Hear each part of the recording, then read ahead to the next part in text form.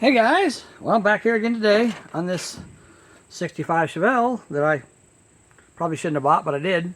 And anyhow, I did some things last night. If you saw my other videos, one thing I did not show you that I did last night is I cleaned up all these spark plugs. So let me show you them real quick. So they look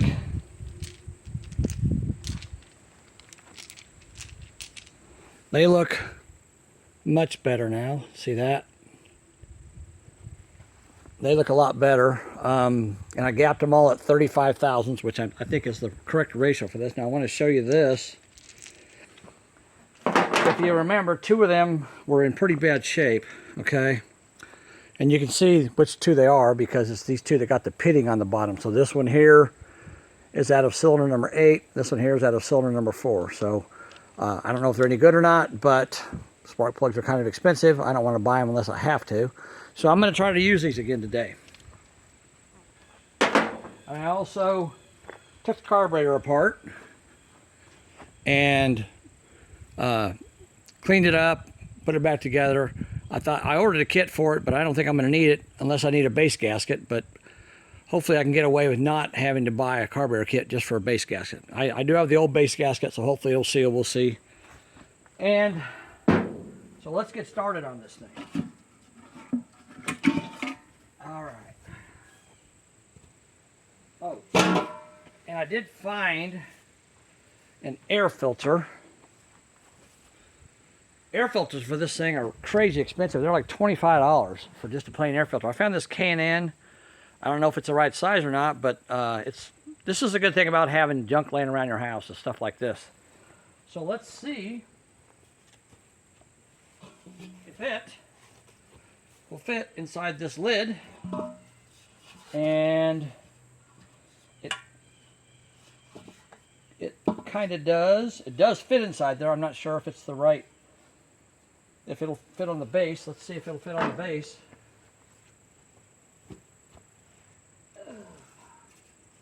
If the base will go in there, I'm good. Alright, well, yes and no. I got a little bit of a gap, but that's okay. It just gives me extra airflow. So we're going to try to use that. Hopefully it's the nut is tall, or the stud in the carburetor is tall enough for that to reach. We'll see. So this car will get upgraded to a K&N air filter if that works. And one of the first things I want to do here, and that base gaskets, hopefully that'll seal. I don't know if it will or not. One of the first things I want to do here is I brought my little scope with me. So I want to look inside this engine and see what we can see in the cylinders. And I sprayed lubricant in there, so obviously that's going to be in there now. So, but I'm not sure what we'll see. But let's go in here and see. You guys tell me if this video is good quality or not. Because like I said, I got a new phone. I don't know if it's good quality or not, but hopefully it is. But anyhow, let's turn this thing on. Turn on the light, and the first thing I'm going to do is stick it down inside this oil filler because I was concerned that there was going to be a bunch of crap down in there, and I don't even know if I can tell or not. But let's put it down in there and see what we can find. Well, I don't really see anything too terrible. I mean, it's just, it's hard to say. I can't really tell. I don't know. So basically, I'm just going to have to take a risk. All right, hold on a second. I do have a flashlight in here, too, that I can look what I do with my flashlight. I think I brought it with me. I hope I did. Well, maybe it's inside the van. I used the light on my, oh, there it is. I used the light on my phone last night, but I really couldn't tell. Ah, dang it. I really couldn't tell if it was, there was anything down there or not, so I got a flashlight with me now. So let's take it and put it down here. I really can't show you what I'm seeing with it because it's not really in a good place for that. But what I can see down there, I mean, there's some goop down there, but it's not terrible. So hopefully it'll be okay. I don't know. All right, now put this back in here because I don't need it for now. So now we'll look at some of these cylinders. So let's go in here. I think, well, let me do this. Sorry, I got to pick up my trash. I don't want to litter up someone else's yard. Okay. I need to hold the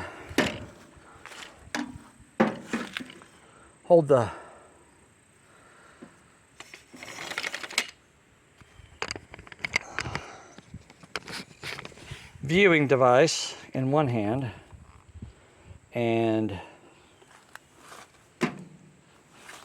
the wand with the other hand. So I'll try to hold this up here where you guys can see it. And then I'll put the wand down in the cylinder. I'm going to go with number one cylinder first.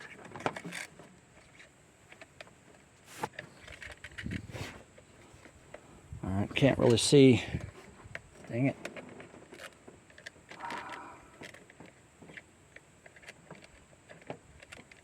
Well, number one piston is all the way to the top. Or close to it anyhow.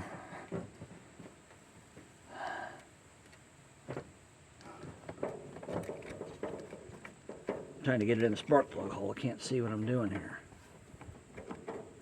Come on. Oh. Alright, there we go. Oh, dang it, I just pulled it back out again. Crap.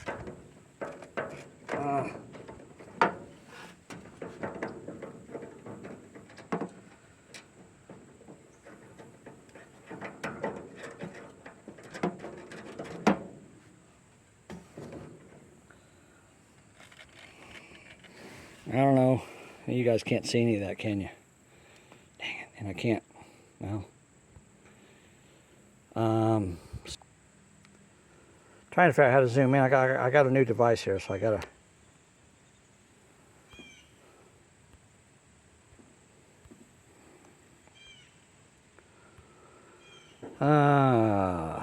Where is the?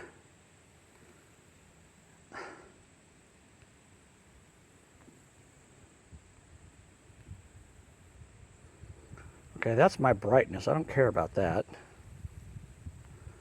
Trying to figure out how to do my... I don't know how to do my zoom. It's not showing me. Well, alright. I'm going to try to do this. I don't know if it's going to work or not, but I'll try to do it.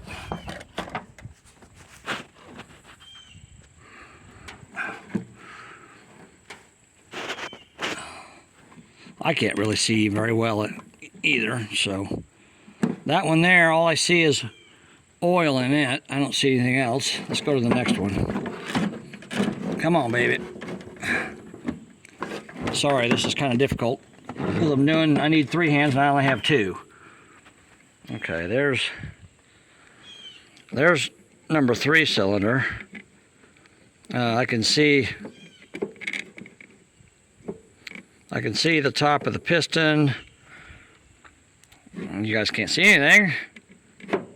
This device isn't that great for checking cylinders. That one, there's a little bit of carbon on top of the piston, but it's not. The cylinder isn't rusted. Let's go over here to the other side. This isn't going to work very well. I can tell that already.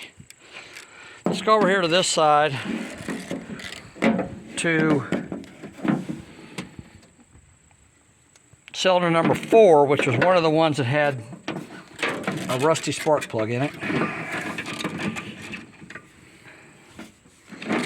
It's pretty light out today is another problem. Well, dadgummit.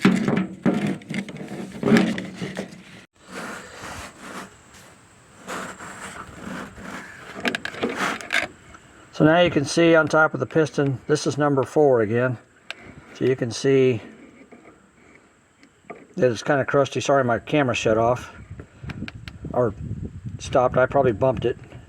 It's hard to do with 2 hands when you really need 3, but and I'm in the sunlight, so it's hard to see. But you can see on top of the piston, there's quite a bit of junk in there, which is not good. But anyhow, I'm going to look at number 8 myself because this isn't doing that well. So I'm just going to put the camera back on the stand. And you guys just have to take my word for it. I wish I could show it to you better, but I can't. If I was inside of a building, I could see it a lot better, but unfortunately I'm not. So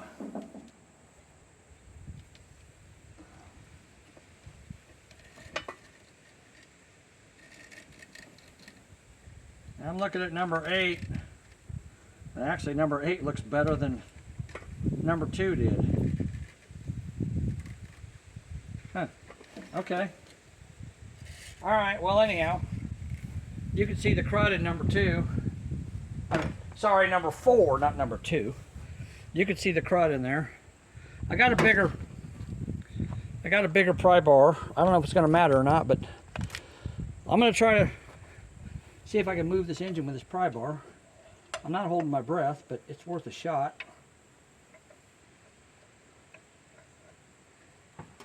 Oh, dang it.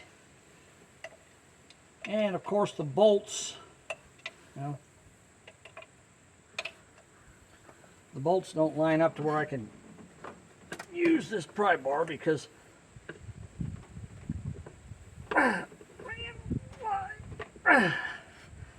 I cannot budge that engine. It will not move.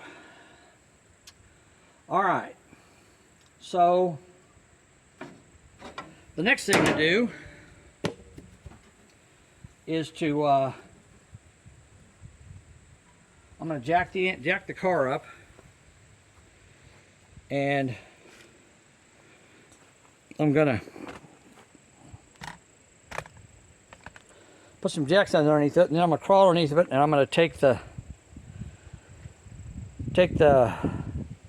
dust shield off the transmission and try to get to the flywheel and see if I can get on it with get on the flywheel with that big pry bar. I don't know if I can or not, but hold on, I'll be right back. Wait a second.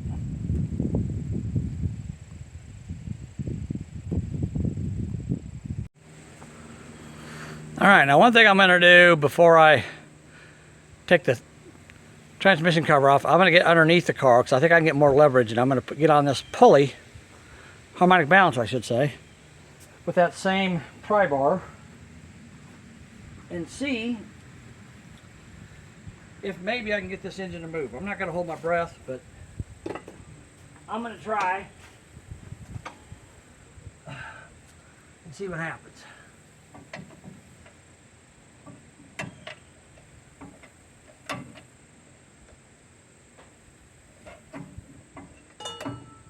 You guys tell me if you see it move. Wow, this is unbelievable.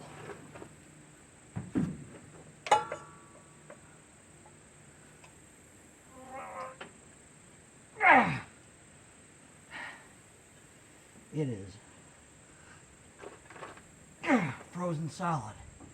If I could just get it to move just a little bit. That's all I need is just a little bit. And just get it to break loose from whatever's holding it.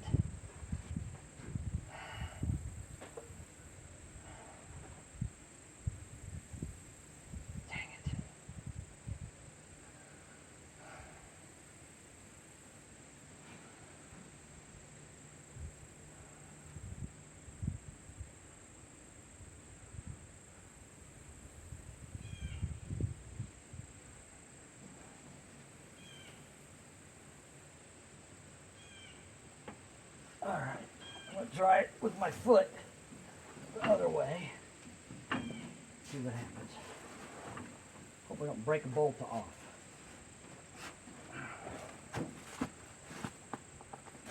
See if I can do it this way. I don't know. I just can't believe this. Supposedly this motor was running just a few years ago. I don't know why it's so badly. That ain't gonna work. Alright, well let me come over here. And we'll do it from this side. Turn it back the opposite way. Let's see what happens.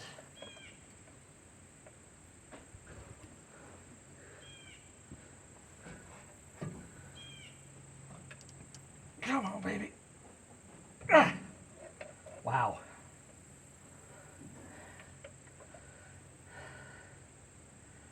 Well, that ain't good. Because it is not. Oh, shit. Well, that ain't good either. I just bent my bolt. My harmonic balancer bolt. Shit. I did not want to do that, but I did. Dang it. All right.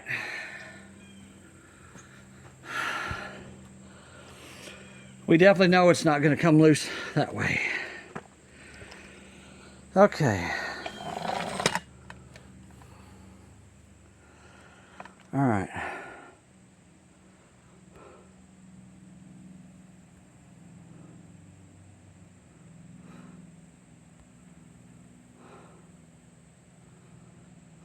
Well, I don't know why. I don't know. All right, well. Dang it, sorry guys. Good night.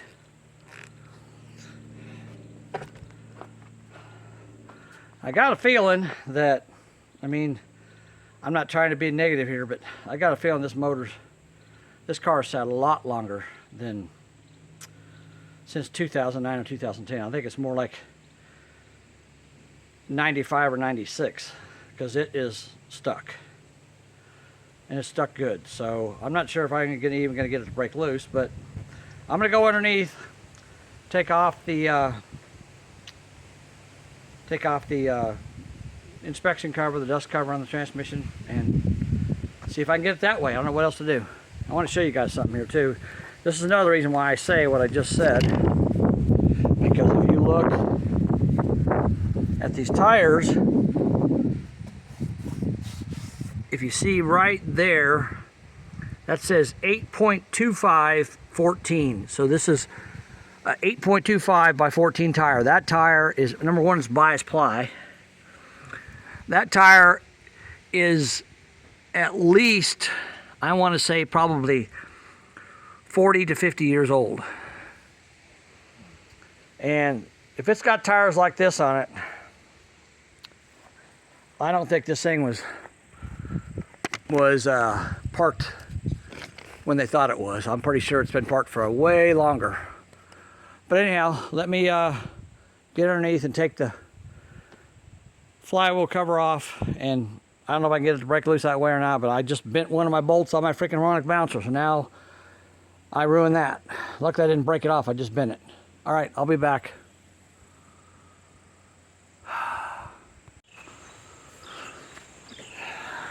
Okay guys, so I jacked this thing up, took the inspection cover off the transmission, the dust cover, whatever you want to call it. I couldn't get it to budge. As a matter of fact, if you look here, I actually broke off a piece of my pry bar trying to pry on the flywheel. So this engine stuck really well. So now at this point, I'm going to do two things. First thing I want to do is I want to drain the drain pan and see if there's water in it. I don't know if there's or not. Let's see if there's water in the drain pan, oil pan. Shit. Drain pan is what you drain it into, Dave.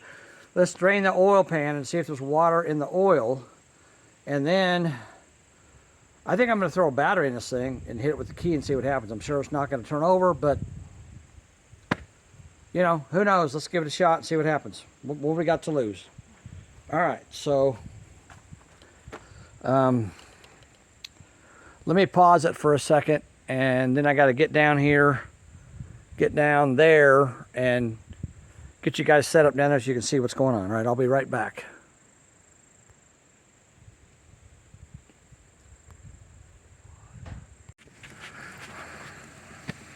All right, one thing I wanted to do too while I'm under here is I want to take this out of the radiator, and let's see what we,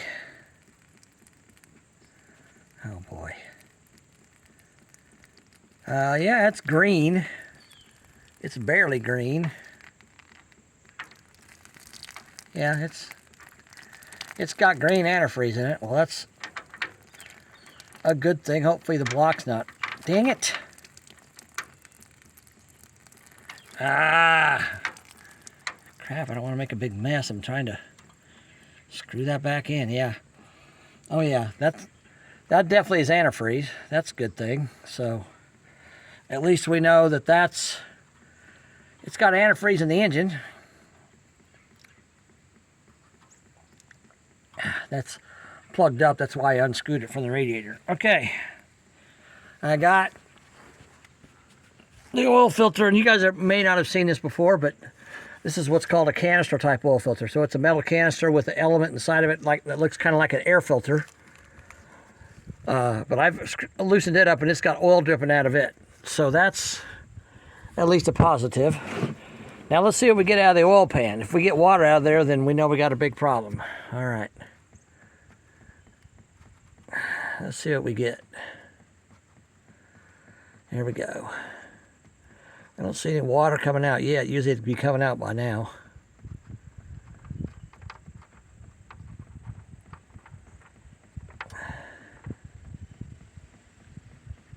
Nope. That's pure oil. So it's got oil in it. It does not have water in the engine. I'm just really surprised that this engine is locked up this tight when there's oil in the block and not water. I'm not sure why. I mean, it's dirty, filthy, disgusting oil. And it's, as I showed you guys, wiping my hands off in the grass here.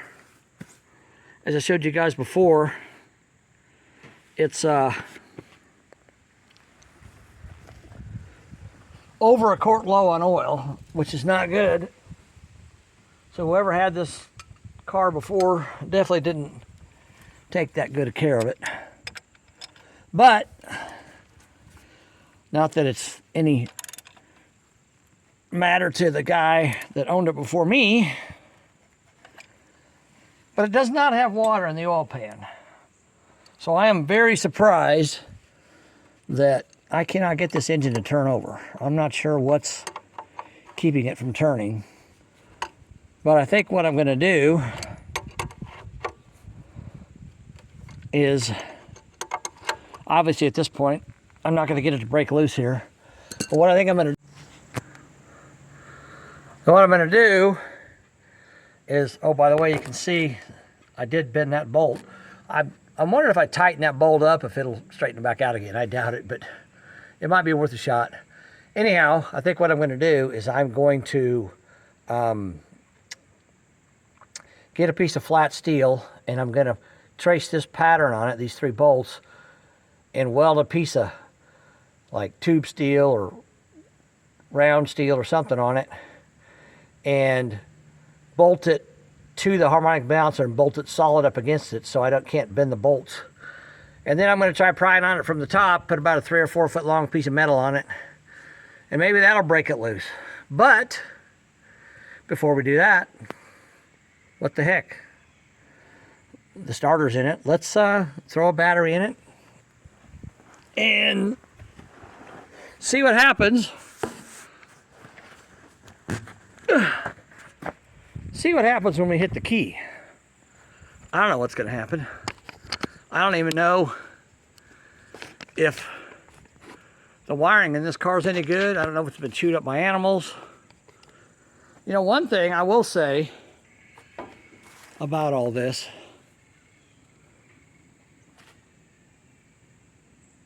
it had all that crap on the top of the engine there, right? And actually all that stuff kind of kept the animals out of here, the small animals, from chewing stuff up, because all the wires that I can see that I've uncovered are in pretty good shape. I see one wire right here that's broken, but it's not chewed, it's just broken in half. I don't know why, I don't know what it goes to, I'll have to figure that out. But I mean, all the wires, not even the plug wires, they aren't chewed up. So whoever built this big giant nest on here actually did me a favor, because it apparently kept all the mice from running around on top of this motor and chewing everything off of it. So I don't know. All right, let me pause it again, and then I'll get the battery put in it, and we'll see what happens when we put the battery in. All right, I'll be right back. Okay, got the battery here. I need a little bit of lubricant to put on these battery clamp bolts, because they're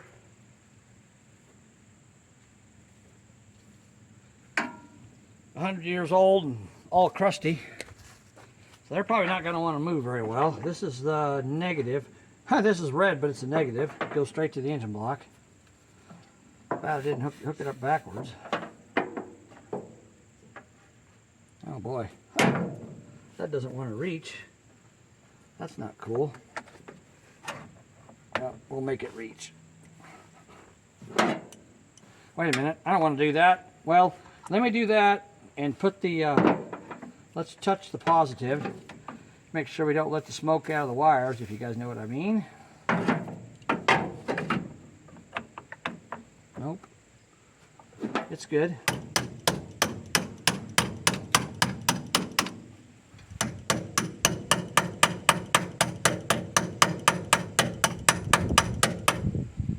Alright, she's good and tight. Let's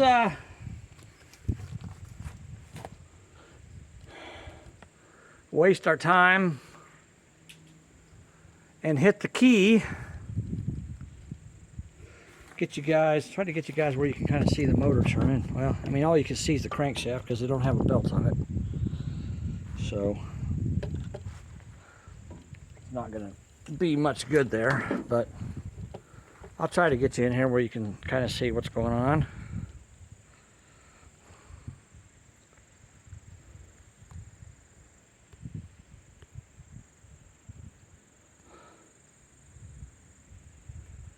I do not understand this.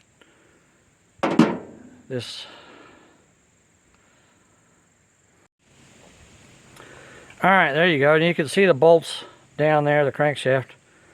So let's hit the key and see what happens. I don't know. Maybe nothing will happen. All right, here we go. I'll put the key in the ignition and turn it, see what happens.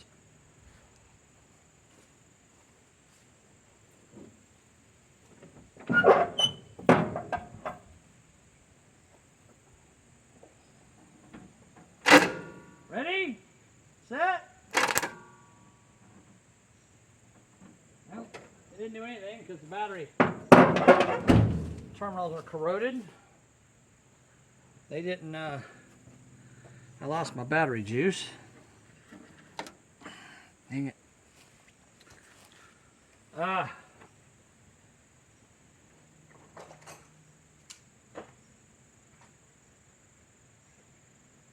me find a...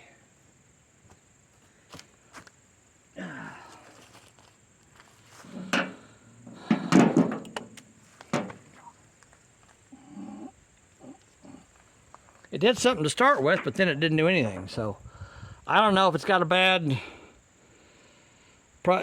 with the battery, or it's got a problem at the starter. I don't know. But let me take these off.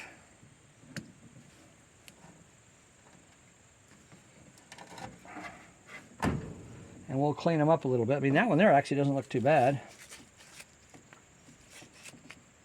But we'll clean it up with a wire brush a little bit. I wish I had a battery post cleaner, but that's the one of the things I forgot to get today, which sucks. But it did clean up pretty good, so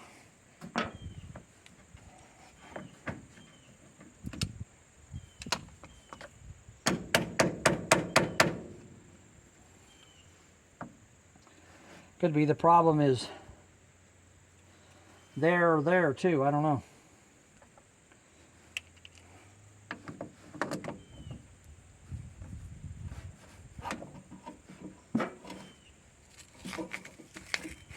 This is what happens when you buy a car that's been sitting for 20 or 30 years. You get to deal with all this stuff that doesn't want to work anymore.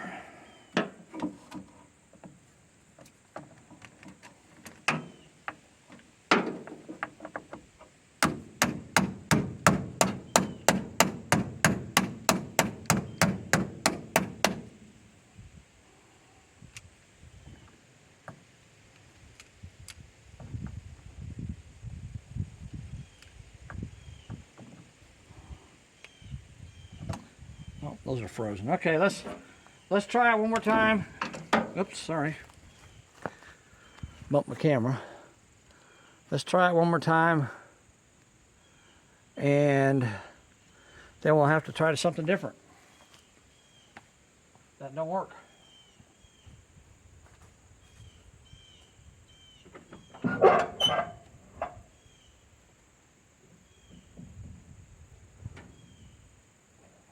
There we go.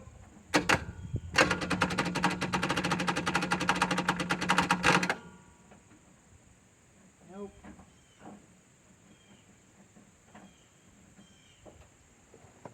Nope, it ain't gonna go. I think we probably got a starter relay issue. I think that's what the problem is. And of course the engine's locked up's the other problem. Alright, so we're done with that. It's not gonna work. One thing I do want to mess with while we're here today, since we're here today, I want to. So last night, before I left, I cleaned out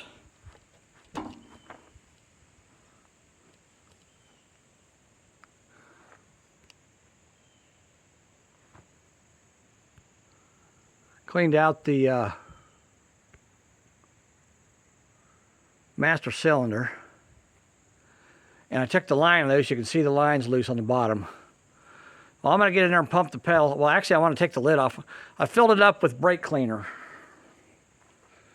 So I want to take the lid off and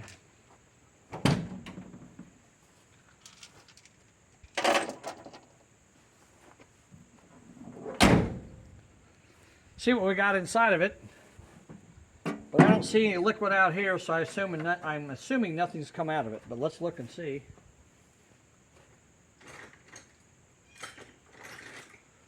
If it's still got fluid in it, or still got brake cleaner in it. Not brake fluid, brake cleaner. Yep, it's still pretty full of brake cleaner. So what I'm going to do now is I'm going to go in there and pump the pedal. And you guys tell me if fluid comes out of this fitting right here. Because it was empty yesterday, that's why I had no pedal. Let's see if I can get that to work.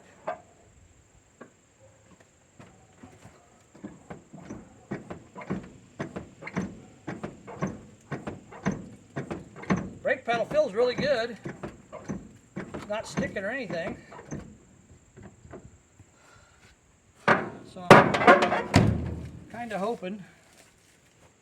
Oh no, there's nothing coming out of there. Okay, well, that means the master cylinder's got to come off.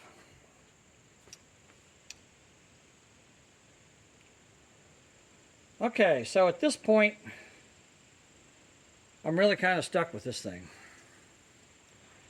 Basically, it's going to have to be trailered home and cleaned off really good. And then I got to get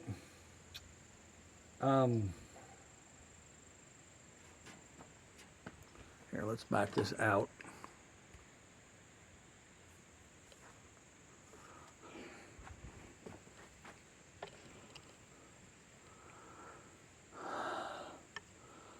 So it's going to have to be trailered home.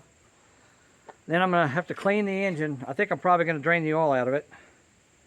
Actually, I think I'll drain the oil out of it now. I got it up in the air now that I think about it. Because what I want to do when I get home, I think I'm going to take the other valve cover off. And I'm going to power wash everything and let the water run down into the oil pan and out of the car.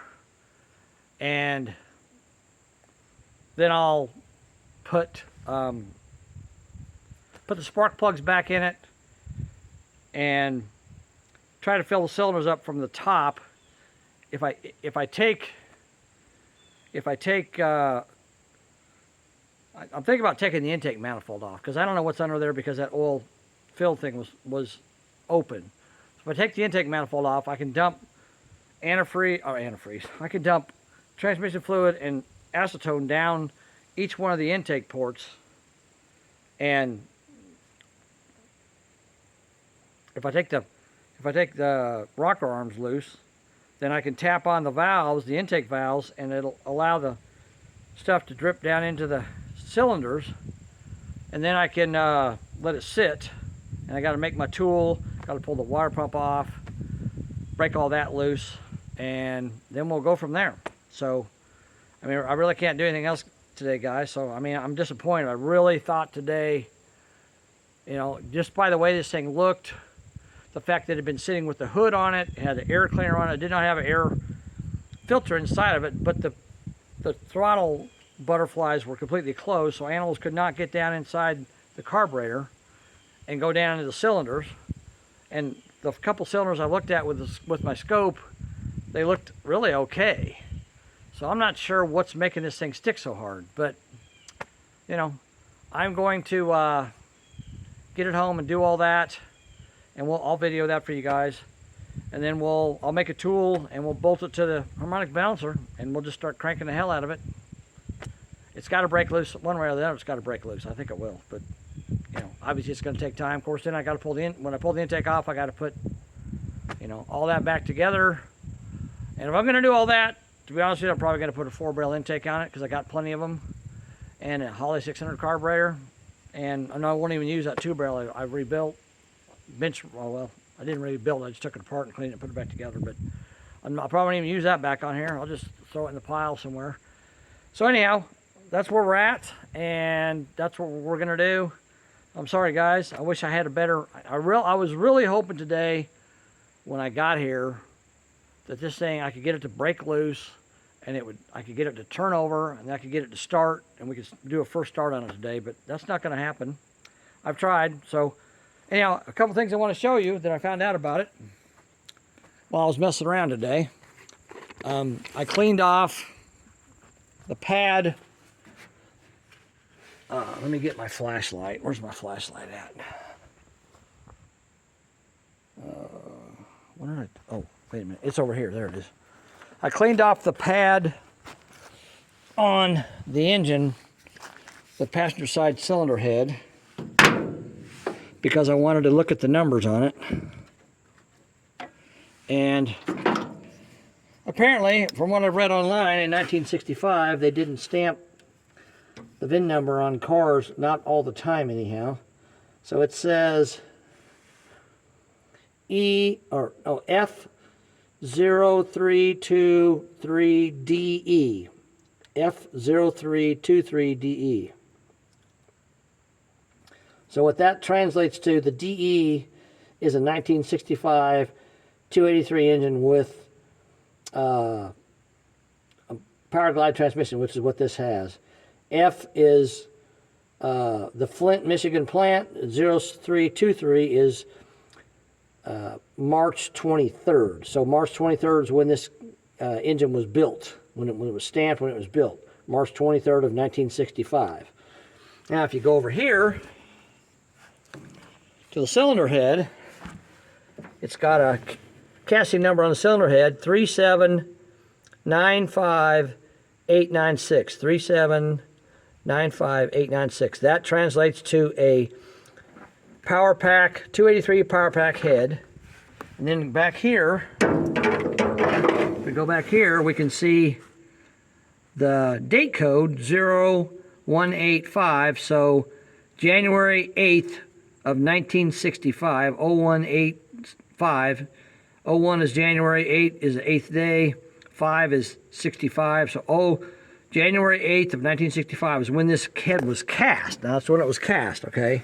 So it was cast in January of 65. This motor was built in March of 65. So this is the correct engine for this car, and it's the original engine, I believe. I have no reason not to believe it. I mean, it's got those lockdowns on it from the factory. It's got the spark plug shields. I mean, it's got everything. It's got the lockdown back there. You can see it on that manifold back there. And just by looking at this thing, it's crusty and dusty and nasty and dirty. So it's definitely the original engine. So that's a good thing. And a power pack head. I knew it was a power pack head when I first saw it, because if you look right there, you'll see a flat rectangular shape with a arrow or a pointing up on the top of it. See that? Here, let me do this. Hold on a second. Let me do this. I'll be right back. Okay, now I clean that off. Now if you look at that, see that rectangular mark with the arrow pointing up? That's a power pack head, 283 power pack head. I've got a set of those at home, so I know what they are. But that's a power pack head, which a power pack head was a very desirable head. It's got good flow. Obviously, it doesn't have the flow of a, of a high flow small block Chevy 350 head. But the thing that everybody liked about these is they're a real small chamber. I want to say 64 cc's. I'm not sure if that's exactly right. But I actually, I got a Chevelle that I've owned for over 40 years. And when I first built the 350 that's in it, I put a set of power pack heads on it. When I took it and I had bigger valves put in the heads. I think it's got like 176 intakes or something like that. And I had 195s put in it. And I ported the heads a little bit, and it ran really good because it was low, the small chamber, so it gave me higher compression with flat top pistons. But then I put the double hump 202 or 205 heads I got on it now. I got 205 intakes in them, and it runs even better. It restricts your breathing, it restricts your RPM level, but on these little 283s it runs really well. So that's a good head. I don't know why this thing doesn't want to turn over. It just doesn't make sense to me. But I'm going to take it apart today, and I'll come back tomorrow and tow it home with the trailer. And once I get it home, I'll have to make my tool and pull the whole front end off of it, the water pump and all that, and then we'll see if we can get it to turn over that way. I don't know what else to do. All right, guys, I appreciate you watching. Sorry I didn't get it to crank over today, but sometimes you get lucky and sometimes you don't. I really, really thought when I bought this car today, just looking at it, that it would not take a lot to get it to turn over. But anyhow, I'll keep at it, and we'll talk to you guys later. Thanks. Bye.